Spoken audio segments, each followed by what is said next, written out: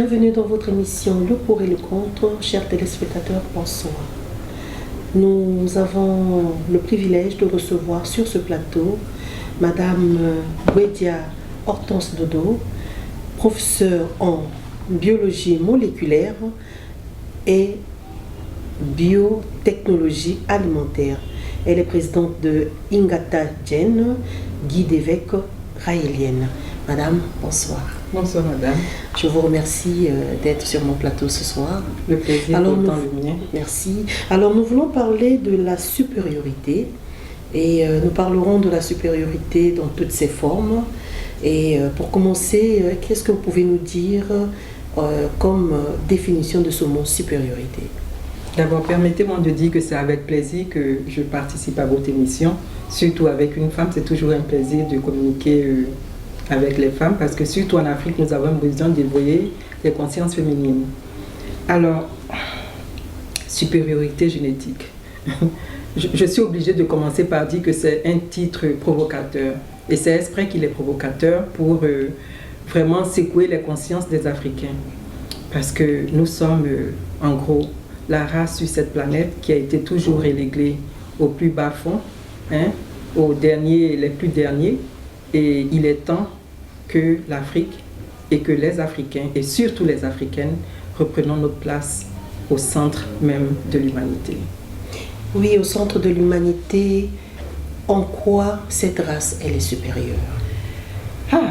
La race est supérieure à plusieurs niveaux. J'aimerais quand même, avant de commencer la définition de supériorité, dire que mon but, mon objectif ici, ce n'est pas de développer du racisme. Ce n'est pas ça l'intention. L'intention, ce n'est pas d'aller dire nous sommes supérieurs, donc les autres races sont inférieures, etc. Non. Mon intention, c'est que les Africains qui avaient été infériorisés tellement ont besoin de se remettre à niveau. Et numéro 1, remettre à niveau, donc remise à niveau. Et en numéro 2, devenir supérieur. Alors, quelques éléments de cette supériorité génétique, c'est numéro 1, la diversité génétique. Alors, je suis généticienne, je suis biologiste. En biologie, lorsqu'on regarde ce qu'on appelle la diversité génétique, c'est quelque chose de positif.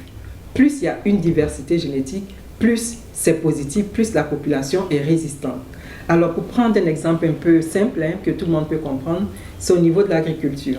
Donc, vous savez que si vous faites une agriculture, disons, de maïs, c'est exactement les mêmes maïs, la même variété. Pour peu qu'il y ait une contamination, pour peu qu'il y ait une maladie, tout le champ est pris et il faut tout détruire. Alors que s'il y a une diversité génétique dans les différentes espèces de maïs, ça va résister beaucoup plus longtemps. Donc, au niveau génétique, c'est impressionnant de voir la diversité génétique qui existe dans la race noire comparée aux autres groupes. Donc là, c'est un des premiers éléments de la diversité. Madame, vous nous parlez de la diversité et nous voulons savoir, actuellement, il y a une pandémie dévastatrice qui a mis tout le monde KO.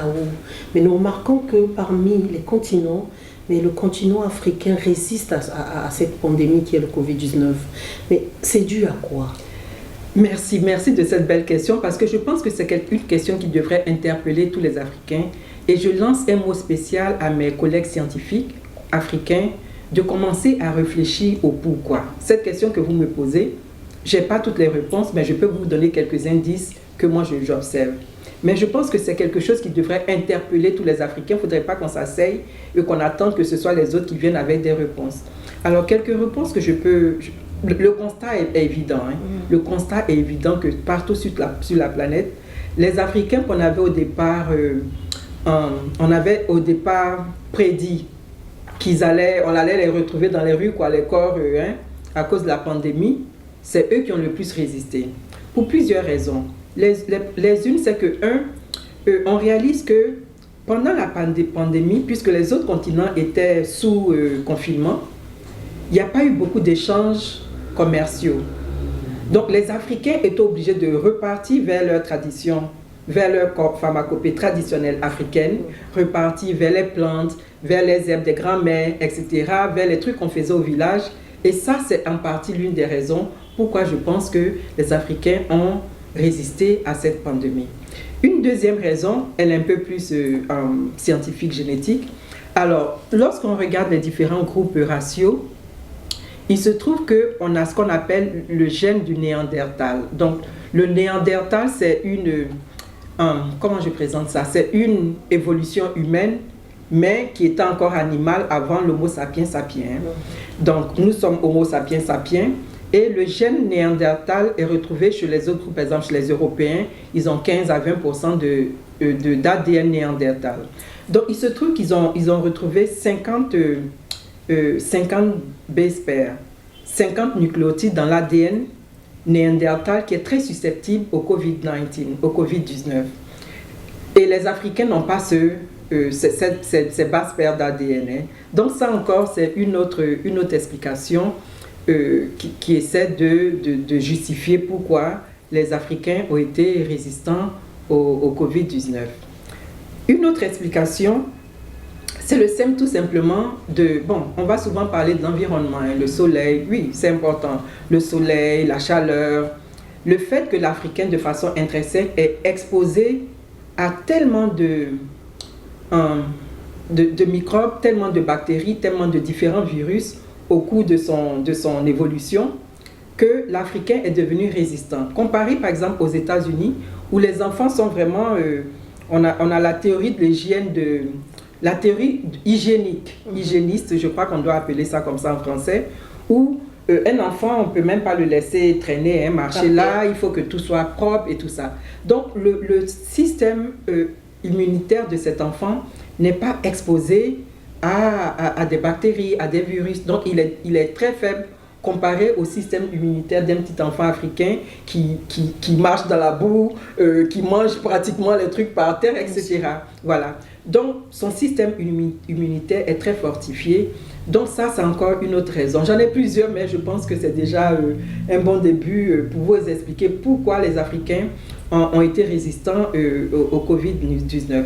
Il y a ces raisons. Il y a également la raison de la mélanine. Je pense qu'on va en parler, mais ça fait partie de ces éléments-là qui imbulent, qui donnent à l'Africain une solidité, un système immunitaire beaucoup plus fort également.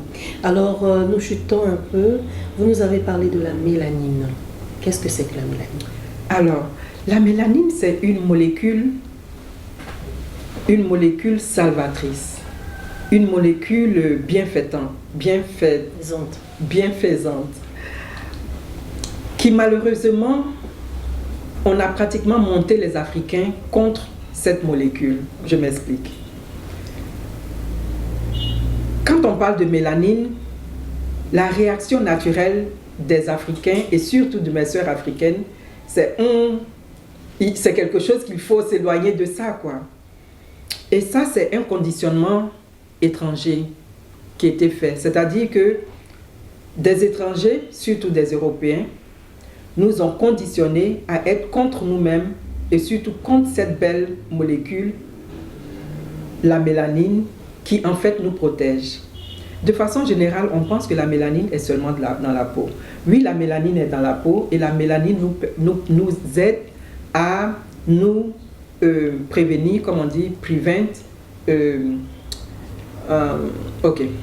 La mélanine fait qu'on n'a pas beaucoup de cancer de peau. Les Africains, de façon générale, n'ont pas de cancer de peau ou en ont moins. De plus en plus, ça se développe à cause de différents produits, surtout chez les femmes, différents produits qu'on utilise. Voilà. Mais la mélanine est dans la peau, c'est vrai, parce que ça nous protège des rayons UV du soleil. Mais non seulement dans la peau, on retrouve la mélanine dans les yeux, dans les oreilles, dans le cerveau, dans les organes sexuels, même dans notre ADN. Notre ADN dans nos cellules sont enrobés de mélanine. D'où l'importance de cette molécule. Je vais vous donner un exemple, je suis sûre que vous allez... toute femme qui a eu une grossesse, toute femme noire qui a eu une grossesse, peut confirmer qu'elle a un trait noir, un trait noir très foncé au niveau du nombril, voilà, qui monte. Et jusqu'à présent, on n'arrive pas à nous expliquer c'est quoi ce trait noir, d'où est-ce que ça vient et pourquoi est-ce qu'on l'a. Mais est-ce que vous savez pourquoi c'est là? Ce trait noir, en fait, c'est un trait noir de mélanine. Alors, pendant la grossesse, le corps humain automatiquement va chercher... La mélanine est tellement importante pour la survie de l'embryon, du bébé, que le corps humain va chercher automatiquement partout dans le corps la mélanine pour l'utilisation de l'embryon. Si l'embryon n'a pas la quantité nécessaire de mélanine, l'embryon ne va pas survivre, il sera avorté. Vous voyez comment c'est important. Donc le trait noir, en fait, c'est ça.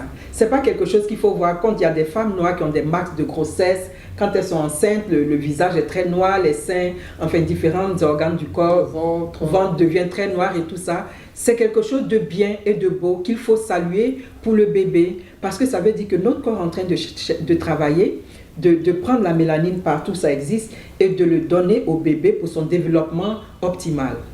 Voilà l'une des importances de la mélanine. Est-ce que la mélanine a encore un autre rôle en dehors de tout ce que vous avez cité? Oui, je vous ai parlé du cerveau. Oui. Alors, la mélanine protège le cerveau contre les maladies génétiques du cerveau. On a des maladies qui sont de plus en plus endémiques, le Parkinson disease, le Alzheimer, la maladie de Alzheimer, du Parkinson. Donc, Parkinson, c'est la maladie de tremblote. Il y a l'hypertension aussi. L'hypertension, alors oui, on va revenir sur l'hypertension parce que ça c'est artériel, mais je parle au niveau du cerveau. On a remarqué que lorsqu'on fait des coupes dans le cerveau de personnes qui sont mortes de Alzheimer ou de Parkinson disease ou de maladie de Parkinson, ces personnes-là, on réalise que c'est la mélanine du cerveau, qui est de la neuromélanine. J'aurais dû expliquer, peut-être que je vais revenir là-dessus, mais cette neuromélanine-là a diminué dans le cerveau. Donc, quand on regarde une coupe avant et une coupe après, la neuromélanine, dans certains sites du cerveau, a significativement, drastiquement baissé et de plus en plus, les données scientifiques prouvent qu'en faisant des injections de mélanine, les personnes peuvent retrouver leur faculté mentale. Vous avez parlé d'hypertension artérielle. C'est vraiment très intéressant et très important, surtout pour les populations africaines qui, malheureusement, subissent beaucoup de problèmes. De donner toute la définition et toutes les raisons de l'hypertension artérielle, ce que j'aimerais dire, c'est que, du fait que les Noirs ont de la mélanine, les mélanocytes, ce sont les cellules de mélanine qu'on a dans la peau, de ce fait qu'on ait des mélanocytes, donc des cellules de mélanine, la pression artérielle est naturellement plus élevée chez le noir que, disons par exemple, chez le blanc, qui a beaucoup moins de mélanine. On est d'accord? Mais malheureusement, le standard médical, même appliqué en Afrique, c'est un standard médical européen. Oui, ce qui fausse totalement la crédibilité des diagnostics qui sont faits en Afrique. Donc, le standard européen au niveau de la pression sanguine normale, c'est quoi? Je pense que c'est 12, si je me souviens bien. Voilà. Donc, ça, c'est le standard européen, c'est-à-dire quelqu'un de normal a une pression sanguine artérielle de 12. Mais pour l'Africain, ça devrait être naturellement un peu plus élevé. Pourquoi? À cause des mélanocytes. Donc, on a des cellules en surplus qui devraient être nourries également. Donc, une pression artérielle un peu plus élevée. Donc, la pression artérielle normale, standard d'un Africain devrait naturellement être un peu plus élevée que celle d'un Européen. Malheureusement, qu'est-ce qu'on voit dans les hôpitaux? Le standard européen qui est mis en application. Donc, même si forcément l'Africain aura une pression naturelle plus élevée, mais si on ne prend pas ça en compte, on va dire déjà d'emblée que tu as une hypertension artérielle. On commence à te donner des médicaments. Et ces médicaments, en général, ne sont pas appropriés aux Noirs. Et les médicaments eux-mêmes commencent à créer d'autres problèmes. Et voilà, on n'en finit pas. Donc ça, c'est l'une des raisons. Je ne suis pas en train de dire que c'est la seule raison, mais il est important que la communauté médicale africaine commence à réaliser que le standard appliqué ici n'est pas un standard correct pour les Africains à plusieurs niveaux. Et là, c'est l'un des niveaux qu'il faut vraiment qu'on reprenne, on remette à niveau, quoi. Sinon, on va perdre beaucoup d'Africains sur ces problèmes de pression artérielle qui sont faussés au départ. Alors, qu'est-ce que vous conseillez à ces Africains qui pensent que par rapport à la tension standard qu'on nous a imposée, et bien qu'elle soit européenne, mais qu'est-ce que nous devrions faire pour y échapper à ça? Écoutez, les Chinois, la médecine pharmacopée chinoise ou bien les médecins chinois, ok. Aux États-Unis, je vis aux États-Unis depuis plus de 35 ans. J'ai grandi aux États-Unis. Dans les hôpitaux américains, vous verrez très peu de Chinois. Vous verrez très peu d'Asiatiques dans les hôpitaux américains. Vous verrez plein d'autres groupes. Pourquoi? Eux, ils savent qu'ils sont différents. Ils ont un prototype différent et donc une médecine différente. Et ils assument leur pharmacopée, leur médication, leurs médicaments avec leur pharmacopée chinoise. Et ils s'en sortent très bien. Pourquoi les Africains ne feraient pas pareil? Nous avons une pharmacopée traditionnelle qui est extrêmement riche, que nos ancêtres nous ont léguée, que encore certains de nos grands-pères et grands-mères connaissent. Nous avons l'obligation, nous, cette génération, surtout les médecins, surtout les scientifiques, d'aller rechercher cette information-là dans nos villages, avec nos grands-parents, partout autour de nous. Oui, mais c'est vrai, c'est bien. C'est une très bonne chose alors. Mais le problème, c'est est-ce que nous aurons les moyens pour accompagner cette médecine traditionnelle africaine? Parce que déjà, aujourd'hui, si un Africain découvre quelque chose, on a toujours tendance à sous-estimer. On a toujours tendance à penser que c'est pas bien fait, c'est pas hygiénique, ça ne répond pas aux critères sanitaires. On a toujours ces histoires-là. Mais qui a tendance à penser ça? Qui pense ça et pourquoi on pense ça? Je dis pourquoi quand c'est un Africain, même nous Africains, nous pensons comme ça. C'est un conditionnement et en fait c'est ça mon message. Sortir de ce conditionnement imposé par l'Europe sur l'Afrique, quoi. Parce que pourquoi vous venez de le dire, si un Africain découvre quelque chose, même si c'est une grande découverte, on a tendance à minimiser. Mais pourquoi? Mais pourquoi nous, Africains, même nous avons tendance à minimiser ça et pas croire que, waouh, mon frère africain ou ma soeur africaine a découvert quelque chose de beau, il faut le supporter, il faut la promouvoir, etc. Donc le problème, oui, on peut mal regarder l'Europe, on peut taper sur l'Europe, mais je pense que le vrai problème n'est pas vraiment pour l'instant dans l'Europe. Le vrai problème, c'est nous, ces Africains que nous sommes, qui malheureusement, nous avons été éduqués à l'éducation occidentale. Donc nous sommes des Africains à la peau noire, mais avec des concepts et des valeurs occidentales. Il est temps que nous réalisons le mal qui nous a été fait. Ce n'est pas le moment des blâmes et tout ça, mais de réaliser, ok, je peux changer quelque chose.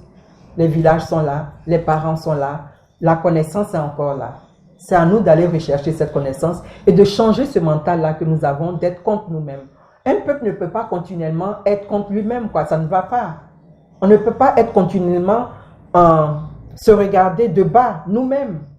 Vous voyez que ça ne va pas. Donc mon message en fait c'est ça, vers cette jeunesse africaine pour les encourager, leur dire non, vous êtes brillants, vous êtes intelligents, mais vous avez besoin de penser différemment et vous avez besoin de réaliser que vous, les jeunes Africains, la jeunesse africaine, vous êtes le futur de l'humanité, mais pour pouvoir prendre votre place, il faut enlever ces béquilles-là, quoi. Il faut enlever tous ces virus, toutes ces bactéries qui sont dans nos cerveaux, il faut les enlever, il faut faire le nettoyage du cerveau, décoloniser son cerveau et redevenir africain pour pouvoir prendre nos places dans le concert des nations. Parlons toujours de la supériorité. Les Africains, vous avez tout dit, mais nous voulons savoir la supériorité des Noirs social, dans le sport, dans l'astronomie et même dans la musique. Yes. Alors, c'est beaucoup d'éléments. Je vais commencer par l'astronomie. Vous avez sûrement entendu parler des Dogons, les Dogons du Mali, qui est un peuple que les gens aiment bien qualifier de primitif. Voilà, parce que c'est des gens simples, quoi. C'est des Africains simples. Alors, comment ça se fait que ce peuple a la connaissance d'une étoile qu'on appelle Sirius A et Sirius B? Ils ont la connaissance de cette étoile. Ils ont même fait les dessins dans leur cave, dans leur histoire. Et c'est seulement, je pense, dans les années 80, si je ne me trompe pas, que lorsque les États-Unis, je pense MIT a eu leur télescope le plus performant, qu'ils ont réussi à voir qu'il y avait non seulement l'étoile Sirius A, qu'ils connaissaient déjà, mais qu'il y avait également une sister star, donc une étoile sœur, qui réapparaissait seulement tous les 50 ans. Les Dogons avaient déjà cette histoire. Les Dogons racontent cette histoire depuis longtemps. Donc, ils ont une connaissance de l'astronomie. Nous, les Africains, nous devons aller nous demander. Ce sont nos parents, ce sont nos ancêtres, c'est notre famille africaine. Nous devons aller chez les Dogons, apprendre cette connaissance de l'astronomie. Autant nous dépensons beaucoup d'énergie à aller chercher la connaissance aux États-Unis, en Europe, un peu partout dans le monde, nous devons aussi aller rechercher cette connaissance-là vers nos ancêtres africains, vers les différents pays africains. Donc ça, c'est au niveau de l'astronomie. Au niveau du sport, bon, je pense que ce n'est plus vraiment, on ne peut plus vraiment trop parler de ça, hein, que ce soit au football, au football, au basketball, enfin, hein, dans tous les sports, l'athlétisme. Vraiment, je pense que c'est clair aujourd'hui, lorsqu'on fait les Jeux olympiques, c'est vraiment un display de mélanine. Il n'y a que des Noirs, et surtout que des Noirs, qui sont dominants dans tous les sports. Aux États-Unis, c'est clair, je veux dire, c'est même plus un débat. Qu'est-ce qui confère cette dominance-là dans le sport aux Africains, aux Noirs, aux Blacks de la diaspora qui ont été amenés dans ces pays-là? Ça, c'est au niveau du sport. C'est pareil également au niveau de la musique. Hein? Aujourd'hui, aux États-Unis, bon, les meilleurs chanteurs, c'est quoi? C'est des Beyoncé, c'est des Michael Jackson, c'est des, je sais pas, les jeunes là, même ici en Afrique, je pense qu'il y a les Davido, je sais plus c'est qui les gens célèbres de cette région. Mais c'est pour vous dire qu'à l'échelle planétaire, au niveau de la musique, les Africains, les Blacks se sont démarqués, que ce soit les Africains sur le continent africain ou les Blacks de la diaspora, les Noirs américains, etc., se sont démarqués et ont démontré leur supériorité dans le domaine de la musique, dans le domaine du sport et dans plusieurs autres domaines. Les inventeurs noirs aux USA, en particulier, que font-ils? Alors, justement, quand on parle des inventeurs noirs, on a tendance à penser que c'est dans le passé, hein? C'est vrai, on parle de tous ces grands inventeurs noirs qui ont inventé, qui sont même à l'origine du téléphone portable qu'on utilise aujourd'hui, de l'Internet, qui est un frère qui vit encore, Emeagwali, qui est un frère du Nigeria. Je peux vous en citer les inventeurs noirs. C'est pas seulement dans le passé, c'est dans le présent et c'est encore dans le futur. Alors, dans le présent, je viens de vous mentionner Emeagwali, qui est un frère du Nigeria, qui est le père de l'Internet. Est-ce que vous savez ça? C'est l'Internet que nous tous aujourd'hui on utilise. La personne qui a fait les calculs, qui a permis de mettre en base les calculs rapides qui font que l'Internet est possible aujourd'hui, c'est un frère nigérien, quoi, qui vit encore aux États-Unis. Bon, avec toute modestie, je suis scientifique, je suis une inventrice également. J'ai inventé un procédé où la compagnie dont je vous parle, donc nous avons aux États-Unis les enfants, il y a quelques enfants qui sont très sensibles aux arachides et qui malheureusement meurent chaque année de consommation d'arachides. Vous imaginez l'arachide qu'on mange ici, des enfants en meurent. Et il se trouve que dans l'arachide, il y a quelques protéines que notre système immunitaire, le système immunitaire de ces personnes-là reconnaissent comme des invaders, comme un problème qu'il faut aller attaquer. Donc, dans notre compagnie, nous avons mis en place un protocole d'ingénierie génétique pour retrouver ces protéines-là et aller les taire. Nous utilisons en ce moment un nouveau protocole qu'on appelle CRISPR-Cas, qui a gagné le prix Nobel de chimie, de biochimie de cette année. Donc, on utilise ce protocole de CRISPR pour aller éliminer ou éteindre les gènes de ces arachides, allergènes de ces arachides. Donc, aujourd'hui, nous avons réussi à mettre en place une arachide qui est consommable, qui est nutritive, qui goûte bien et qui est totalement dépourvue de ces allergènes, de sorte que si un enfant qui était naturellement allergique aux arachides mangeait nos arachides, cet enfant ne mourrait pas, n'aura pas de réaction allergique très forte, etc. Donc, sans modestie, je suis une inventrice, mais il y en a plusieurs. On a un jeune Ghanéen, je pense que c'est un jeune Ghanéen qui a inventé une nouvelle formule mathématique. Un enfant de 11 ans. Je dis, ça n'arrête pas, quoi. C'est parce que nous, on ne prend pas le temps de mettre tous ces enfants, toutes ces informations ensemble. On pense que ce sont des informations éparses. On dit, oh, telle personne a découvert. Mais même ici, au Congo, je pense que c'est le Congo RDC, où on a une très belle Congolaise qui a réussi à mettre en place un robot qui fait la circulation. Mais c'est des inventions. Écoutez, il faut qu'on prenne au sérieux nos inventeurs, et ça serait bien que nos responsables, nos politiciens puissent mettre un peu plus d'argent dans leur recherche, parce que la jeunesse africaine regorge d'inventeurs qui malheureusement n'arrivent pas à mettre leurs produits sur le marché par manque de moyens. Nous avons parlé de la supériorité noire et nous sommes des femmes. Et quelle est la place de la femme dans cette supériorité? Merci.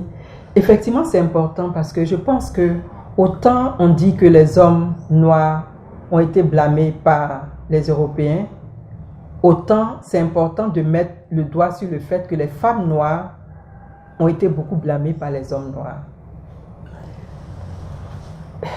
Alors, un des méfaits de la conférence de Berlin et un des méfaits de la colonisation des Européens sur l'Afrique, c'est le fait que l'Europe a imposé ses valeurs patriarcales masculines sur l'Afrique. Mais l'Afrique d'antan, la majorité, je ne dis pas toutes, mais une grande partie des traditions africaines, des nations africaines, avaient des femmes leaders, avaient des femmes qui étaient les leaders de tout le groupe.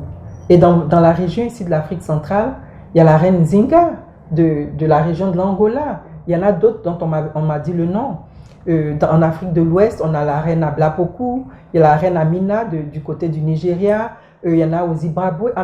Partout, les femmes à l'époque, ce sont elles qui se sont débattues contre l'invasion européenne. Et alors, comment ça se fait que si la femme avait une aussi grande place dans la société africaine, comment ça se fait qu'aujourd'hui, on doit se débattre même tout juste pour dire un mot? C'est pas normal.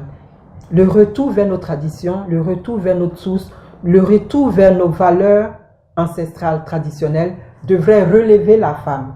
Donc oui, la femme a une supériorité génétique aussi vis-à-vis de l'homme. On pourra toujours expliquer cela. Mais je pense qu'au niveau des valeurs, au niveau même social, c'est important qu'on réalise tout que ce n'a rien de bénéfique pour une société de marteler ou de rabaisser la moitié de sa population. Ça n'apporte rien du tout à cette société. Une société intelligente, c'est une société qui utilise toutes les valeurs de tous les éléments, de tous les citoyens qu'elle a. Et les femmes, l'énergie féminine est une énergie qui est tellement essentielle à la survie de la population, à la survie de l'humanité, quoi. Les énergies féminines sont très essentielles. Donc, c'est quelque chose qu'il faudrait toujours chercher à revaloriser. Et moi, j'aimerais vous encourager, chère madame, dans vos émissions, de vraiment chercher à revaloriser, à redynamiser, à renforcer, à repromouvoir la femme africaine. Le développement de l'Afrique va passer par la femme africaine. Le développement du continent africain va se faire par le leadership féminin. Et des gens comme vous, vous avez pratiquement l'obligation de nous aider à faire sortir ce leadership-là. Merci beaucoup. Vous avez tout entendu. C'est madame qui l'a dit. Et moi, je pense qu'en tant que femme, je l'approuve aussi. Alors, madame, vous êtes guide d'évêque, c'est comme ça qu'on dit, guide d'évêque raélienne. Et nous savons que la religion raélienne, ça fait partie des religions que je côtoie et que je participe à certains radeaux, je participe à certaines conférences. Okay. Et je voudrais savoir, nous savons que dans cette religion, il y a vraiment une liberté. Vous ne rejetez personne. Mais aujourd'hui, nous avons un problème au niveau du monde, c'est de l'homosexualité. Alors, okay. L'homosexualité est-elle génétique? Ok. Merci de cette question. Je ne savais pas que vous connaissiez les raéliens. Alors, l'homosexualité. Je vais commencer. Je peux vous donner l'explication scientifique, mais avant d'y aller, je vais vous encourager à l'observation. Ok? Regardez dans on va prendre au niveau animal, pour montrer l'universalité de l'homosexualité. Regardez dans un poulailler. Toute personne qui a un poulailler où il y a des poules, où il y a des lapins, des différents animaux, vous allez voir que c'est quelque chose de commun de voir le mâle un coq monter un coq. C'est pas un big deal. Je veux dire, si vous observez, tout être humain qui est observateur un peu, va réaliser que vous allez voir un coq monter un coq, une poule monter une poule. Il y a les singes qu'on appelle les bonobos qui se montent dans toutes les directions, etc. Il est temps que nous décolonisons notre concept de la sexualité. L'Afrique, les Africains, la culture traditionnelle africaine, et je parie que vous-même, madame, si vous allez regarder un peu peut-être une génération en arrière de vous, dans votre village, dans votre tradition africaine, la sexualité n'était pas quelque chose de tabou. Donc, je reviens plus spécifiquement à l'homosexualité. Scientifiquement, l'homosexualité est définie comme c'est une expression génétique. Vous avez, dans un monde où il y a les homosexuels, les hétérosexuels et les bisexuels. Donc, on a la courbe de gauche où on a une minorité ici d'homosexuels, une certaine autre minorité, et peut-être le maximum de personnes sont des bisexuels. Je trouve dommage que les Africains pensent que l'homosexualité, c'est quelque chose de nouveau pour l'Afrique. Souvent, on entend ça un peu partout dans les médias, c'est quelque chose qui est venu, oui. En partie, oui, par mimétisme, par mimétisme. Mais l'homosexualité existait en Afrique. L'homosexualité fait partie de l'expression génétique. Mais peut-être que, oui, chez nous, en Afrique de l'Ouest, les gens géraient ça différemment. Dans mon village, j'étais petite, j'avais peut-être 5 ans. Je peux vous raconter, c'est aujourd'hui que je réalise que ce monsieur, c'était un homosexuel. Mais c'était quelqu'un qui était très féminin, c'était un homme qui était très efféminé et qui s'habillait en femme. Alors dans le village, dès qu'il passe où les enfants sont après lui, on était après et on criait enfin un certain nom, oui, et puis bon, il aimait ça, il se maquillait, etc. Mais le village a réussi à gérer ça. Les villages africains ne sont pas là pour taper la tête sur les gens, pour mépriser les gens, non. Dans mon village, ils ont réussi à gérer cette affaire d'homosexuel. Je vous dis, c'est quelque chose que, c'est seulement maintenant que je m'en souviens, hein, mais à l'époque, je réalise que c'est ce qui se passait, quoi. Donc, dans les villages africains, la sagesse africaine réalisait à gérer cette histoire d'homosexualité d'une façon ou d'une autre. Je ne peux pas vous dire parce que moi-même, je ne suis pas vraiment avancé là-dessus. Mais le point que je veux dire, c'est que dans les traditions africaines, les points que je veux dire, il y en a deux. 1. L'homosexualité existait aussi en Afrique. 2. C'était peut-être un peu moins visible. Et 3. Les traditions africaines, la sagesse africaine, les villages africains savaient gérer ces problèmes d'homosexualité totalement différents de ce qu'on voit aujourd'hui. Vous savez, cette culture que nous avons adoptée, cette culture européenne, qui est très méprisante de tout ce qui n'est pas leur norme à eux, qui est très méprisante. Nous-mêmes, Africains, on devrait se poser des questions. Parce que nous sommes méprisés quoi, dans cette culture-là. C'est-à-dire même en dehors même des homosexuels, tout ce que nous faisons qui est authentiquement africain est méprisé. Donc pourquoi continuer dans cette ligne? Pourquoi ne pas réaliser que nous sommes des êtres humains à part entière et que nous avons le droit de définir notre propre culture, tout comme les Asiatiques l'ont fait? Les Asiatiques ne se définissent pas vis-à-vis de l'Européen. Pourquoi l'Africain doit se définir vis-à-vis des valeurs européennes? Donc, j'espère avoir répondu à votre question. L'homosexualité, c'est quelque chose de totalement génétique. C'est quelque chose pour toute personne qui observe partout dans le monde, voit ça. C'est vrai, il y a une prépondérance, quelque chose d'un peu plus visible. Il y a peut-être du mimétisme, les jeunes qui veulent se faire voir, etc. Mais fondamentalement, c'est une expression génétique. Ce n'est pas du satanisme, ce n'est pas je ne sais pas quel mot vous aviez utilisé, ce n'est rien de tout ça. C'est une expression génétique qui existe chez l'être humain, qui existe chez l'animal, qui existe un peu partout. On a même des plantes qui sont hermaphrodites. Est-ce que vous savez ça? Des plantes qui sont hermaphrodites. Donc on va les couper, on va les brûler, quoi. C'est une expression génétique. Donc je pense qu'il faut qu'on change un peu notre façon de penser. Il faut qu'on change un peu notre culture parce que les cultures africaines ne sont pas des cultures primantes. Si vous regardez dans un village africain, je ne sais pas ici, mais je suis convaincue que vous n'avez pas de prison dans les traditions de votre village. Vous en avez, vous? Ok. Pourquoi? Est-ce que c'est parce que les Africains n'étaient pas des malfaiteurs? Est-ce que c'est parce qu'avant, il n'y avait pas de voleurs dans les villages? Non. C'est parce que l'Africain, de façon intrinsèque, est un être humain qui utilise ses énergies différemment, qui n'est pas après toujours chercher à taper la tête, à brimer, à jeter les... Non. L'Africain a tendance à gérer ses affaires différemment. Voilà pourquoi on n'avait pas de prison dans nos villages. Ça ne veut pas dire qu'il n'y avait pas de malfaiteurs, mais ça se gérait différemment, totalement différemment de ce qui se passe en ce moment. L'Européen, il y a quelqu'un qui fait quelque chose de mal. Non seulement il faut le rejeter, sa vie est gâtée, il n'y a même pas de recours, il n'y a rien du tout. Non, est-ce que nous sommes obligés de suivre ça? On voit nous-mêmes que c'est mauvais, pourquoi continuer de suivre ça? Pourquoi ne pas aller chercher ce qu'il y a de beau dans notre culture, les revaloriser, prendre ce qu'il y a de beau aussi peut-être dans la culture européenne, la revaloriser et move, pourquoi pas? Alors professeur, qu'est-ce que vous pouvez nous dire comme mot de la fin? Le mot de la fin, écoutez, mon mot de la fin, je veux m'adresser réellement à la jeunesse africaine. C'est important, c'est primordial à ce 21e siècle que les jeunes Africains, qui sont le futur de l'humanité, prennent leur place. Mais pour pouvoir prendre cette place, vous avez l'obligation de rejeter toutes ces valeurs négatives, toutes ces bactéries, tous ces virus, toutes ces connotations négatives qui nous ont infiltré notre cerveau et qui font qu'aujourd'hui nous sommes pratiquement bloqués parce qu'on ne sait même pas qui nous sommes. Nous sommes un peu américains, on est un peu européens, mais on n'est surtout pas africains. Mais on est obligé d'être africain si nous voulons réussir cette révolution.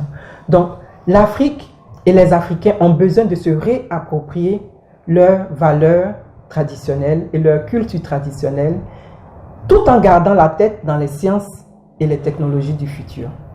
Et ce faisant, l'Afrique peut se repositionner parce que c'est la seule race qui a l'opportunité, qui a le rôle de justice de sauver l'humanité. Si les Africains ne prennent pas leur place, nous sommes en train de partir vers la destruction de toute l'humanité. Alors si nous voulons sauver l'humanité, il faut d'abord sauver le continent africain, numéro 1, et ensuite, on pourra, ce faisant, sauver le reste de l'humanité. C'était le pour et le contre. Au revoir, on se retrouve la semaine prochaine.